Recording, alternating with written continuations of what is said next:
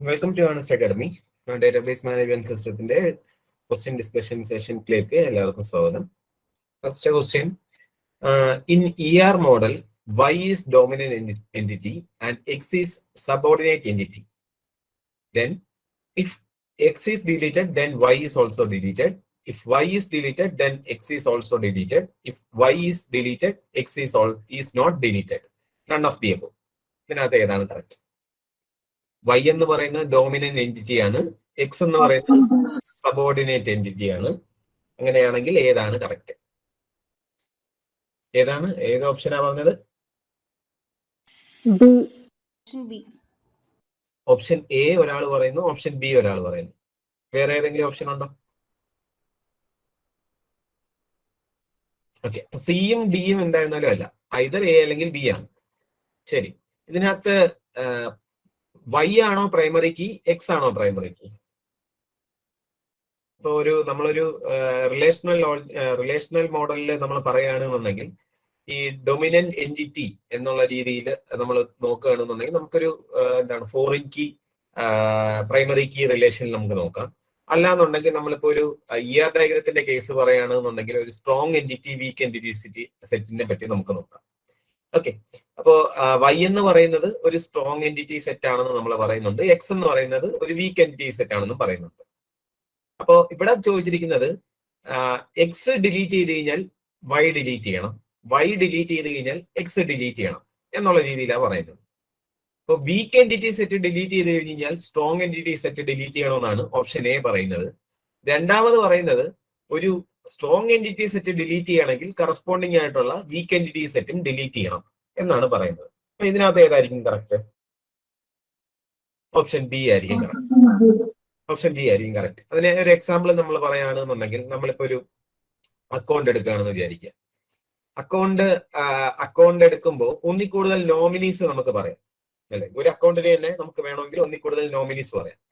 എന്നിട്ട് പറയാം ഒരു 30% ഒരു നോമിനിക്ക് കൊടുക്കുക, 30% വേറൊരാൾക്ക് കൊടുക്കുക, 40% എന്ന് പറയുന്നത് വേറൊരാൾക്ക് കൊടുക്കുക.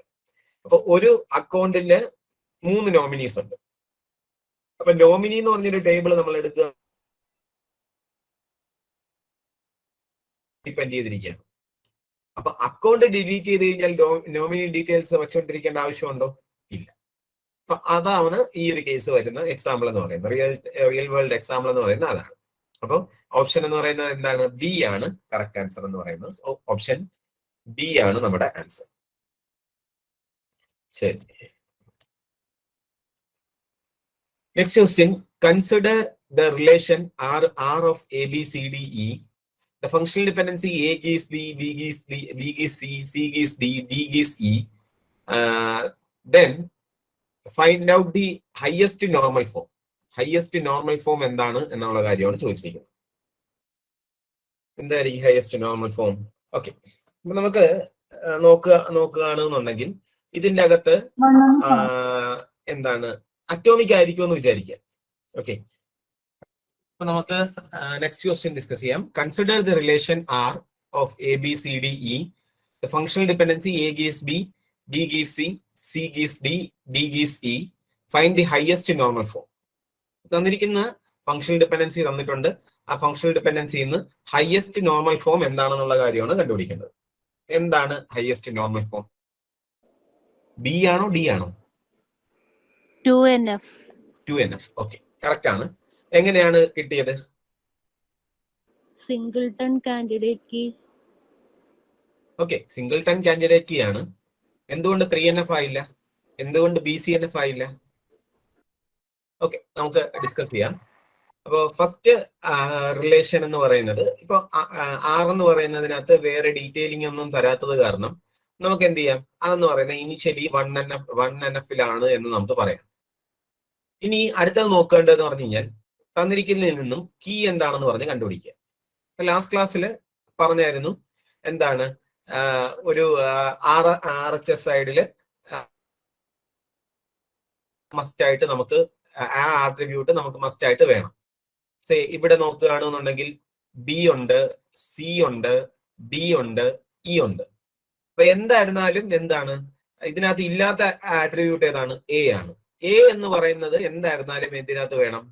എ എന്ന് പറയുന്നത് ഇപ്പൊ ഇവിടെ നോക്കുകയാണെന്നുണ്ടെങ്കിൽ ബി ഉണ്ട്, സി ഉണ്ട്, RHS സൈഡിൽ സി ഉണ്ട്, ഡി ഉണ്ട്, ഇ ഉണ്ട്. അപ്പൊ ഈ ആട്രിബ്യൂട്ട്സ് എല്ലാം ഉണ്ട്. ഇല്ലാത്തത് എന്താണ്? എ ആണ്. അപ്പൊ കീക്കകത്ത് മസ്റ്റ് ആയിട്ട് എ വേണം. അപ്പൊ ആദ്യം എന്ത് ചെയ്യുക? എ ക്ലോഷർ കണ്ടുപിടിച്ച് നോക്കുക. എ ക്ലോഷർ കണ്ടുപിടിച്ചപ്പോ അതെന്താണ്? എ ഉണ്ട്, ബി ഉണ്ട്. എ അറിയാമെങ്കിൽ ബി കിട്ടും, ബി അറിയാമെങ്കിൽ സി കിട്ടും, സി അറിയാമെങ്കിൽ ഡി കിട്ടും, ഡി അറിയാമെങ്കിൽ ഇ കിട്ടും. അപ്പൊ നമ്മൾ എന്ത് ചെയ്തു? ആ റിലേഷന്റെ അകത്തുള്ള എല്ലാ ആട്രിബ്യൂട്ട്സും കിട്ടി. അങ്ങനെയാണെങ്കിൽ നമുക്ക് എന്ത് പറയാം? എ എന്ന് പറയുന്നത് കീ ആണെന്ന് പറയാം. എ എന്ന് പറയുന്നത് എന്താണ്? കീ ആണെന്ന് നമുക്ക് പറയാം. സോ അങ്ങനെയാണെന്നുണ്ടെങ്കിൽ നമുക്ക് എന്ത് കിട്ടി? എ എന്ന് പറയുന്നത് ഒരു കീ ആണെന്ന് പറഞ്ഞ് കിട്ടി. അങ്ങനെയാണെങ്കിൽ പ്രൈം ആട്രിബ്യൂട്ട് എന്ന് പറയുന്നത് എന്തായിരിക്കും? എ ആയിരിക്കും. പ്രൈം ആട്രിബ്യൂട്ട് എന്ന് പറയുന്നത് എ ആയിരിക്കും.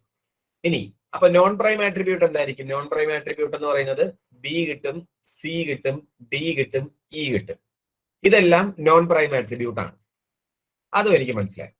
ഇനി സെക്കൻഡ്, അതായത് നമ്മൾ ഈ 2NF-ലാണ് എന്ന് പറഞ്ഞത് എന്തുകൊണ്ടാണ്? അതിന്റെ ആൻസർ ഓൾറെഡി പറഞ്ഞിട്ടുണ്ട്. കീ എന്ന് പറയുന്നത് സിംഗിൾ ടെൻ ആട്രിബ്യൂട്ട് ആണ് എന്നുണ്ടെങ്കിൽ, ഒരു എലമെന്റ് ആ കീക്കകത്തുള്ളൂ എന്നുണ്ടെങ്കിൽ അവിടെ പാർഷ്യൽ ഡിഫറൻസ് അല്ലെങ്കിൽ പാർഷ്യൽ ഡിപെൻഡൻസി വരാനുള്ള ചാൻസസ് ഇല്ല. പാർഷ്യൽ ഡിപെൻഡൻസി വരാനുള്ള ചാൻസസ് ഇല്ല. അങ്ങനെയാണെങ്കിൽ നമുക്ക് എന്ത് പറയാം? ഈ ഒരു റിലേഷൻ എന്ന് പറയുന്നത് 2NF-ലായിരിക്കും. എന്തുകൊണ്ടാണ് ഞാൻ 2NF-ലാണെന്ന് പറയാൻ കാരണം, ഇവിടെ കീ എന്ന് പറയുന്ന ആള് അല്ലെങ്കിൽ കാൻഡിഡേറ്റ് കീ എന്ന് പറയുന്നത് ഒരു എലമെന്റേ ഉള്ളൂ, അല്ലെങ്കിൽ ഒരു ആട്രിബ്യൂട്ടേ ഉള്ളൂ. ഒരു ആട്രിബ്യൂട്ടേ ഉള്ളൂ എന്നുണ്ടെങ്കിൽ അതിനെ സബ് ഡിവൈഡ് ഒന്നും ചെയ്യാൻ പറ്റത്തില്ല. പാർഷ്യൽ ആക്കി വേറെ ഒരു കാര്യം കിട്ടാനൊന്നുമില്ല. അപ്പൊ നമുക്ക് എന്ത് പറയാം? അതിനകത്ത് പാർഷ്യൽ ഡിപെൻഡൻസി ഉണ്ടാവാൻ ചാൻസ് ഇല്ല. അങ്ങനെയാണെങ്കിൽ അതെന്തായിരിക്കും? 2NF-ലായിരിക്കും. ശരി. ഇനി അടുത്തത് എന്താ ടെസ്റ്റ് ചെയ്യേണ്ടത്? 3NF-ലാണോ എന്ന് പറഞ്ഞ് ടെസ്റ്റ് ചെയ്യുക. 3NF-ലാണ് എന്നുണ്ടെങ്കിൽ അതെന്തായിരിക്കും? 3NF-ലാണ് എന്നുണ്ടെങ്കിൽ അതിനകത്ത് ട്രാൻസിറ്റീവ് ഡിപെൻഡൻസി കാണത്തില്ല. ട്രാൻസിറ്റീവ് ഡിപെൻഡൻസി കാണത്തില്ല. ട്രാൻസിറ്റീവ് ഡിപെൻഡൻസി കാണുന്നത് എപ്പോഴാണ്? ട്രാൻസിറ്റീവ് ഡിപെൻഡൻസി എപ്പോഴാണ് വരുന്നത്? ഒരു non prime attribute gives another non prime attribute. ഇങ്ങനെ ഒരു കേസ് വരികയാണെന്നുണ്ടെങ്കിൽ, ആ ഒരു ഫംഗ്ഷണൽ ഡിപെൻഡൻസിക്കകത്ത് a non prime attribute gives another non prime attribute എന്ന് പറഞ്ഞൊരു കേസ് വരികയാണെന്നുണ്ടെങ്കിൽ നമുക്ക് എന്ത് പറയാം? അതിന്റെ അകത്ത് ട്രാൻസിറ്റീവ് ഡിപെൻഡൻസി ഉണ്ടെന്ന് പറയാം. അപ്പൊ ഇവിടെ ഈ ഒരു കേസ് നോക്കുകയാണെന്നുണ്ടെങ്കിൽ ബി ഗീവ്സ് സി. ബി എന്ന് പറയുന്നത് എന്താണ്? ഒരു നോൺ പ്രൈം ആട്രിബ്യൂട്ട് ആണ്. സി എന്ന് പറയുന്ന ഒരു നോൺ പ്രൈം ആട്രിബ്യൂട്ട് ആണ്. Similarly C gives D, D gives C. ഇതെല്ലാം എന്താണ്? ഒരു non prime attribute gives non prime attribute ആയിട്ടാണ് കിടക്കുന്നത്. അപ്പൊ ഇതിൽ നിന്നും നമുക്ക് എന്ത് മനസ്സിലായി? ഇതിന്റെ അകത്ത് ട്രാൻസിറ്റീവ് ഡിപെൻഡൻസി ഉണ്ട്. അത് കാരണം നമുക്ക് എന്ത് പറയാം? It is not in 3NF ആണെന്ന് പറയാം. 3NF-നകത്ത് അല്ല എന്നുള്ള കാര്യം നമുക്ക് മനസ്സിലായി. അപ്പൊ അങ്ങനെയാണ് എന്നുണ്ടെങ്കിൽ ഇതിന്റെ ഹയസ്റ്റ് നോർമൽ ഫോം എന്തായിരിക്കും? 3NF-ലല്ല എന്നുണ്ടെങ്കിൽ BCNF നോക്കേണ്ട ആവശ്യമുണ്ടോ? ഇല്ല. ഓട്ടോമാറ്റിക്കലി BCNF ആയിരിക്കത്തില്ല. സോ ഹയസ്റ്റ് നോർമൽ ഫോം എന്തായിരിക്കും? 2NF ആയിരിക്കും ആൻസർ. ഓക്കെ. സോ ആൻസർ എന്ന് പറയുന്നത് എന്തായിരിക്കും? 2NF ആയിരിക്കും. അപ്പോ കഴിഞ്ഞ ക്ലാസ്സിലൊക്കെ നമ്മൾ ചെയ്തതിനകത്ത് നമ്മൾ എവിടം വരെ 2NF വരെ നമ്മൾ നോക്കിയാൽ മതി. 2NF വെച്ച് തന്നെ തെറ്റിപ്പോയി. അപ്പോ 2NF ഇല്ല എന്നുണ്ടെങ്കിൽ 3NF-ന്റെ കാര്യം നോക്കേണ്ട ആവശ്യമില്ലായിരുന്നു. ഓക്കെ. അപ്പോ ഈ ഒരു കേസിൽ നമുക്ക് എന്ത് നോക്കേണ്ടി വന്നു? 3NF കൂടെ നോക്കേണ്ടി വന്നു. 3NF ഇങ്ങനെയാണ് ചെയ്യുന്നത്. ഓക്കെ, ശരി. സോ ആൻസർ എന്ന് പറയുന്നത് 2NF-ലാണ്.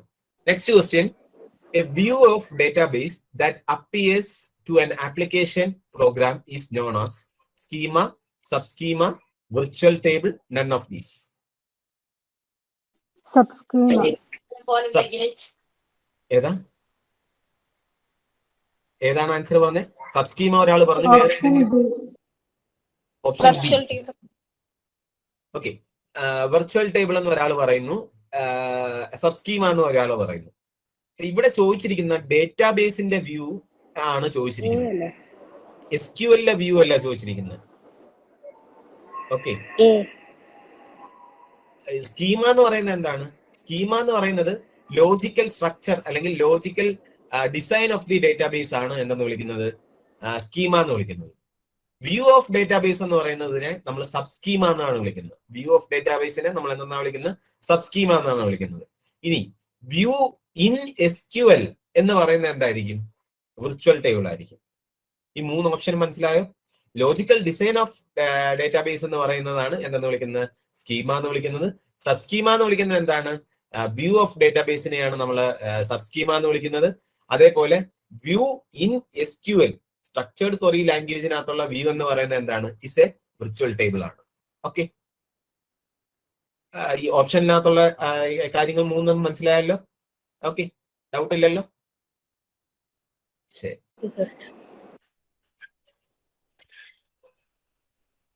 Which one of the following statements is false about weak entity set? Weak entity set വെച്ച് നോക്കുമ്പോൾ ഏതാണ് false ആയിട്ടുള്ള statement? Weak entity set can be deleted automatically when there is strong entity is deleted. Weak entity set avoids the data duplication and the consequent possible inconsistency caused by duplicating the key of the strong key. A weak entity set has no primary key unless attribute of the strong entity set on which it depends are included. Tuples in weak entity set are not partitioned according to their relationship with tuples in strong entity set. ഇതിനകത്ത് wrong ആയിട്ടുള്ള statement ആണ് ചോദിച്ചിരിക്കുന്നത്. Option D ആണ്. Okay, option D ആണ് correct answer. അപ്പൊ first option നമുക്ക് നോക്കാം. Weak entity set can be deleted automatically when their strong entity is deleted. ഇതായിരുന്നു നമ്മുടെ ക്വസ്റ്റ്യൻ നമ്പർ 1. ഇന്ന് നമ്മൾ ക്വസ്റ്റ്യൻ ഡിസ്കസ് ചെയ്തതിൽ ക്വസ്റ്റ്യൻ നമ്പർ 16 or 17, അത് കറക്റ്റ് ആയിട്ട് എനിക്ക് അറിയത്തില്ല. ക്വസ്റ്റ്യൻ നമ്പർ നോക്കണം എനിക്ക്. ക്വസ്റ്റ്യൻ നമ്പർ 16 ആണെന്ന് തോന്നുന്നു. ഓക്കെ, ക്വസ്റ്റ്യൻ നമ്പർ 16ലെ സ്റ്റേറ്റ്മെന്റ് ആണ് അത്. അതായത് ഒരു വീക്ക് എന്റിറ്റി സെറ്റ് നമ്മൾ സ്ട്രോങ് എന്റിറ്റി സെറ്റ് ഡിലീറ്റ് ചെയ്യുമ്പോൾ ഓട്ടോമാറ്റിക് ആയിട്ട് എന്ത് ചെയ്യും? വീക്ക് എന്റിറ്റി സെറ്റ് ഡിലീറ്റ് ആവും. ഇനി നമുക്ക് അറിയാവുന്ന വേറൊരു സ്റ്റേറ്റ്മെന്റ് എന്ന് പറയുന്നത് ഇതാണ്. That is a weak entity set has no primary key. Correct ആണ്. സ്റ്റാൻഡ് അലോൺ ആയിട്ട് അവർക്ക് ഒരു പ്രൈമറി കീ ഇല്ലാത്തത് കാരണമാണ് അവർ എപ്പോഴും ഒരു സ്ട്രോങ് എന്റിറ്റി സെറ്റിനെ അസോസിയേറ്റ് ചെയ്ത് മാത്രമേ കാണാറുള്ളൂ. ഇനി അടുത്തത് ഡി എന്ന് പറയുന്നത് എന്തുകൊണ്ട് ട്രൂ ആയി? നമ്മളിപ്പോ ഒരു എംപ്ലോയി എടുക്കുകയാണെന്ന് വിചാരിക്കുക. എംപ്ലോയി ഐ ഡി ഉണ്ട്, എംപ്ലോയി നെയിം ഉണ്ട്, സാലറി ഉണ്ട്, നോമിനി ഉണ്ട്. ഓക്കെ, ഇയാൾക്ക് 3 നോമിനി ഉണ്ടെന്ന് വിചാരിക്കുക. ABC, XYZ, PQR എന്ന് പറഞ്ഞ 3 നോമിനീസ് ഉണ്ടെന്ന് വിചാരിക്കുക. അങ്ങനെയാണെങ്കിൽ എന്ത് ചെയ്യും? ഈ 3 ഡീറ്റെയിൽസ് എന്ത് ചെയ്യും? ഡ്യൂപ്ലിക്കേറ്റ് ചെയ്യും. ഓക്കെ, ഇയാളുടെ പേരെന്ന് പറയുന്നത് നമുക്ക് എന്തെന്ന് പറഞ്ഞു കൊടുക്കാം? X എന്ന് പറഞ്ഞു കൊടുക്കാം. ദെൻ സാലറി എന്ന് പറയുന്ന 5000. ഓക്കെ, ഇതെന്ന് പറയുന്നത് ഈ ഒരു കേസ് വരും. ഡ്യൂപ്ലിക്കേറ്റ് എൻട്രീസ് നമുക്ക് എന്ത് ചെയ്യും?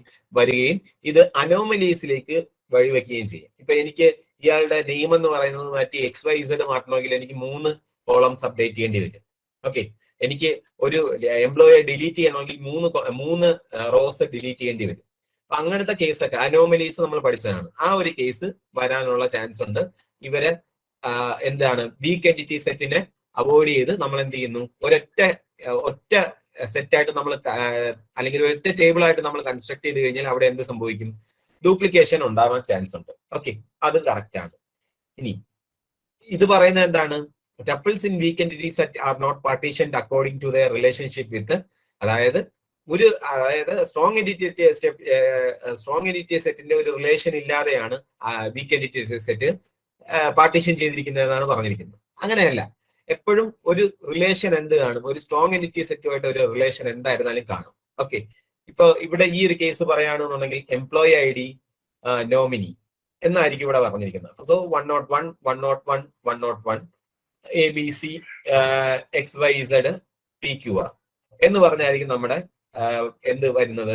എന്റെ വീക്ക് എന്റിറ്റി സെറ്റിന്റെ എൻട്രീസ് വരുന്നത്. ഓക്കെ, സോ ആൻസർ എന്ന് പറയുന്നത് ഡി ആണ്.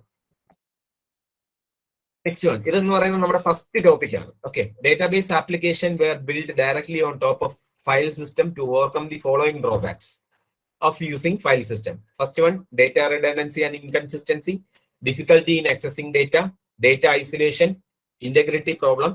ഏതൊക്കെയാണ് ഫയൽ സിസ്റ്റത്തിന്റെ ഡിസഡ്വാൻറ്റേജ് അല്ലെങ്കിൽ ഡ്രോബാക്സ് എന്നാണ് ചോദിച്ചിരിക്കുന്നത്.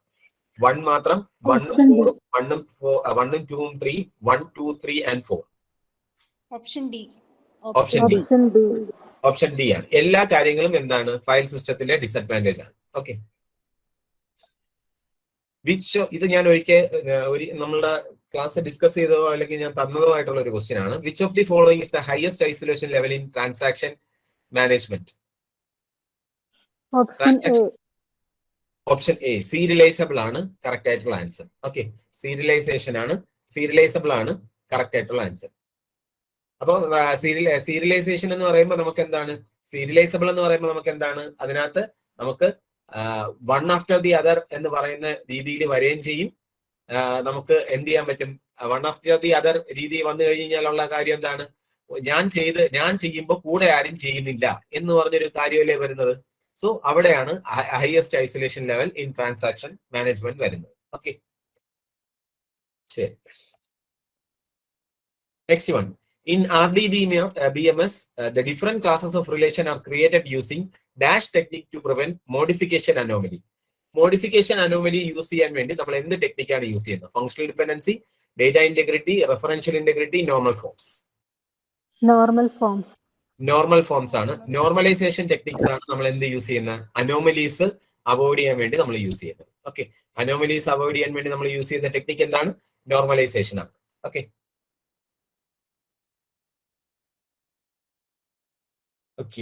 ഇത് നമുക്ക് ചെയ്യാം.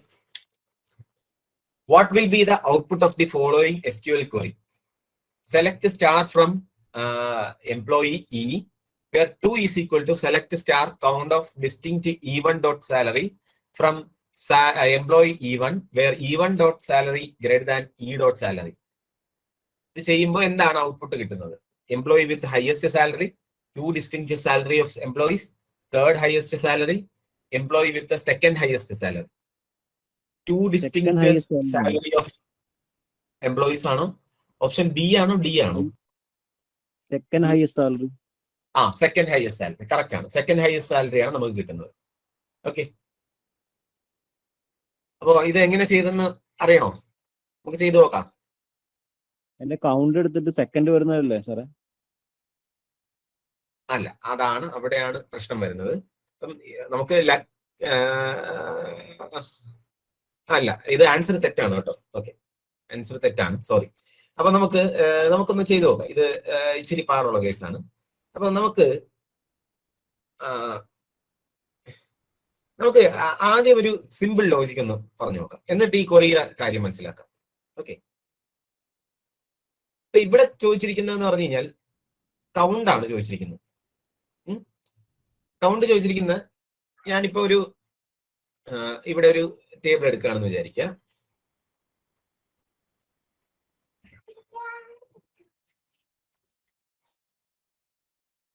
സാലറി ഉണ്ട്, ഇവിടെ എക്സ് ഉണ്ട്, വൈ ഉണ്ട്, ഇസഡ് ഉണ്ടെന്ന് വിചാരിക്കുക. 1000, 2000, 3000 ആൻഡ് എ ഉണ്ടെന്ന് വിചാരിക്കുക 4000. ഇതാണ് എന്റെ ഇ. E1 എന്ന് പറയുന്നത് ഇതിന്റെ എക്സാക്ട് കോപ്പി തന്നെയാണ്. E1 എന്ന് പറയുന്നത് ഇതിന്റെ എക്സാക്ട് കോപ്പി തന്നെയാണ്. Name, salary, X 1000, Y 2000, Z 3000, A എന്ന് പറയുന്നത് 4000. അപ്പൊ ഇതാണ് ഇവിടെ പറഞ്ഞിരിക്കുന്നത്. എന്താണ് E dot salary?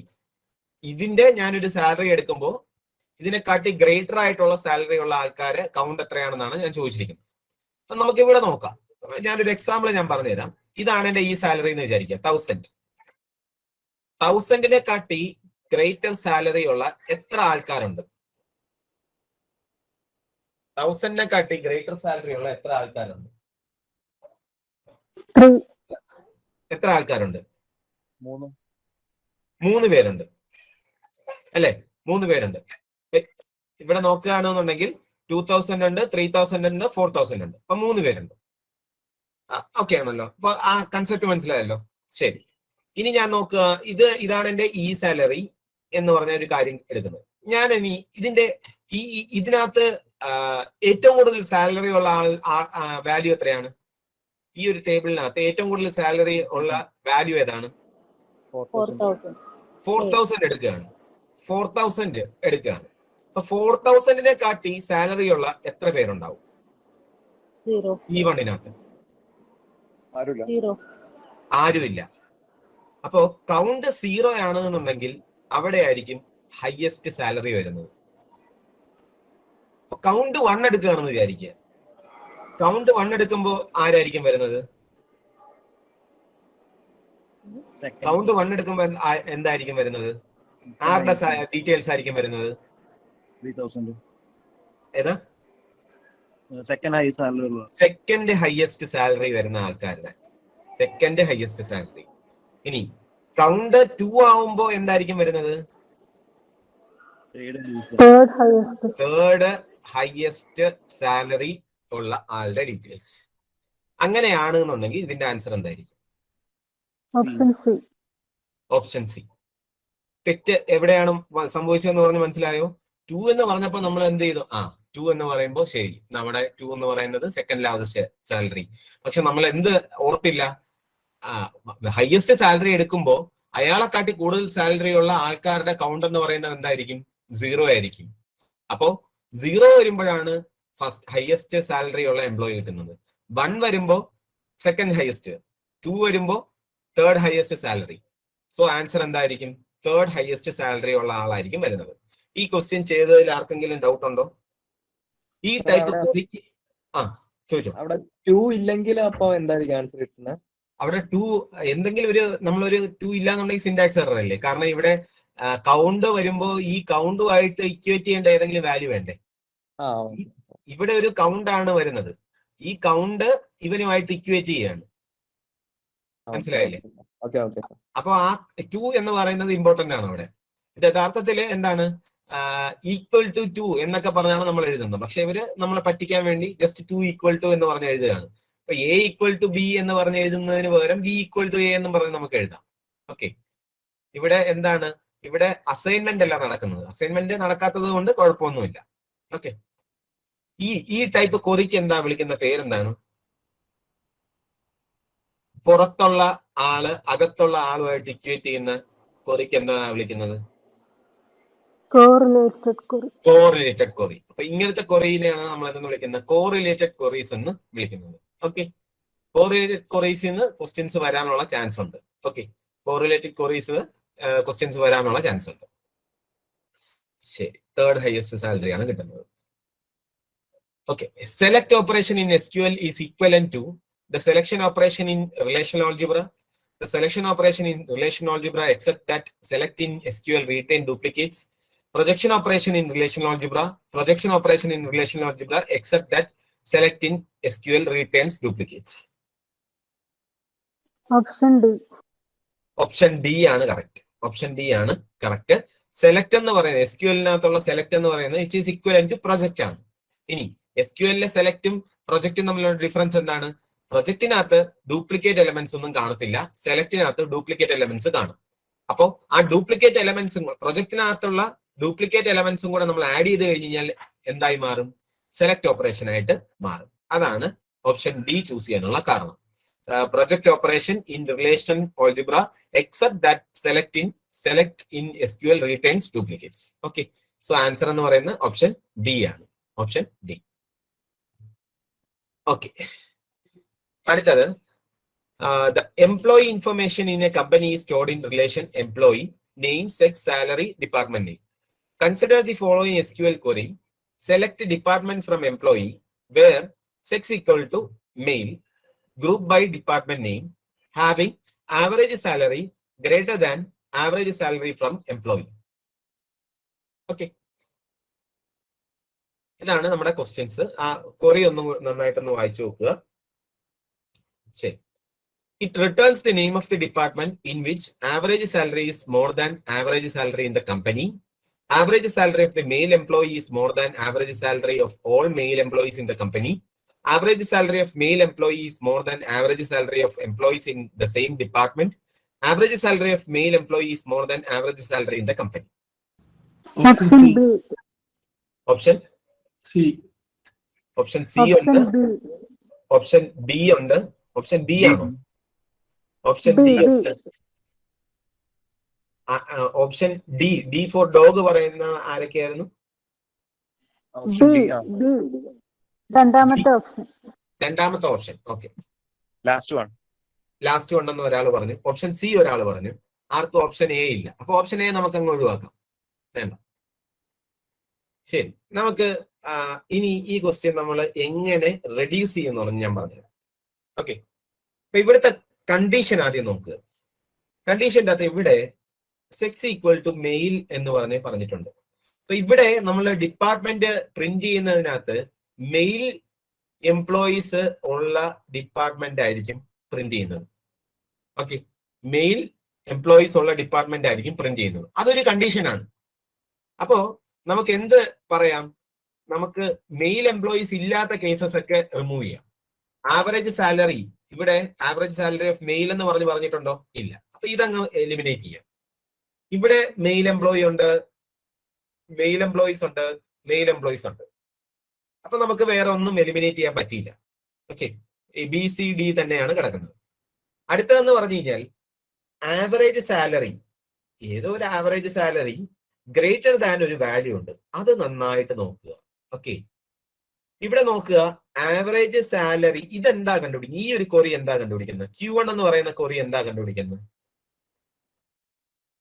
Select average salary from employee എന്ന് പറയുമ്പോൾ എന്തായിരിക്കും കണ്ടുപിടിക്കുന്നത്? എംപ്ലോയി ആവറേജ് സാലറി കണ്ടുപിടിക്കാൻ.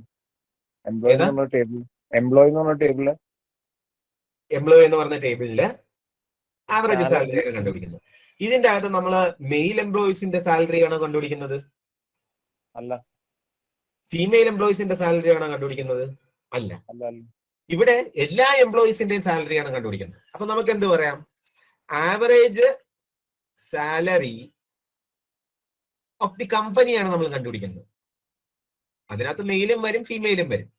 Average salary of the company, ആ ആവറേജ് സാലറിയെ കാട്ടി കൂടുതൽ സാലറി ഉള്ള ആൾക്കാരെയാണ് ഞാൻ, ആൾക്കാരുടെ ഡിപ്പാർട്ട്മെന്റ് നെയിമാണ് ഞാൻ ഇവിടെ പ്രിന്റ് ചെയ്യുന്നത്.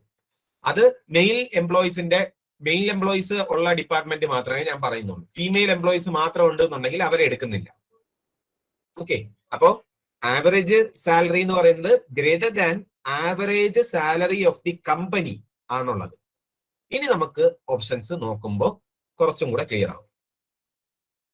ഓപ്ഷൻ ബി പറഞ്ഞവര് ഇപ്പോഴും നിങ്ങളുടെ ആൻസർ കറക്റ്റ് ആണോ എന്ന് നോക്കുക. Average salary of the male employee greater than average salary of all male employees in the company. ശരിയാണോ? അല്ല. ഇവിടെ പറഞ്ഞിരിക്കുന്നത് എന്താണ്? ഓൾ മെയിൽ എംപ്ലോയീസ് എന്നാണ് പറഞ്ഞിരിക്കുന്നത്. ആണോ? മെയിൽ എംപ്ലോയീസിന്റെ മാത്രമാണോ നമ്മൾ എടുക്കുന്നത്? അല്ല. സോ ഓപ്ഷൻ ബി അല്ല. ഓപ്ഷൻ സി ആണോ? Is more than average salary of the employees in same department. നമ്മൾ average salary of the same department കണ്ടുപിടിച്ചോ? ഇല്ല. സോ അതുമല്ല. സോ ഓപ്ഷൻ എന്തായിരിക്കും? ഡി ആയിരിക്കും correct answer. Average salary of male employee is more than average salary in the company. Okay, ശരി. Okay, ശരി, thank U.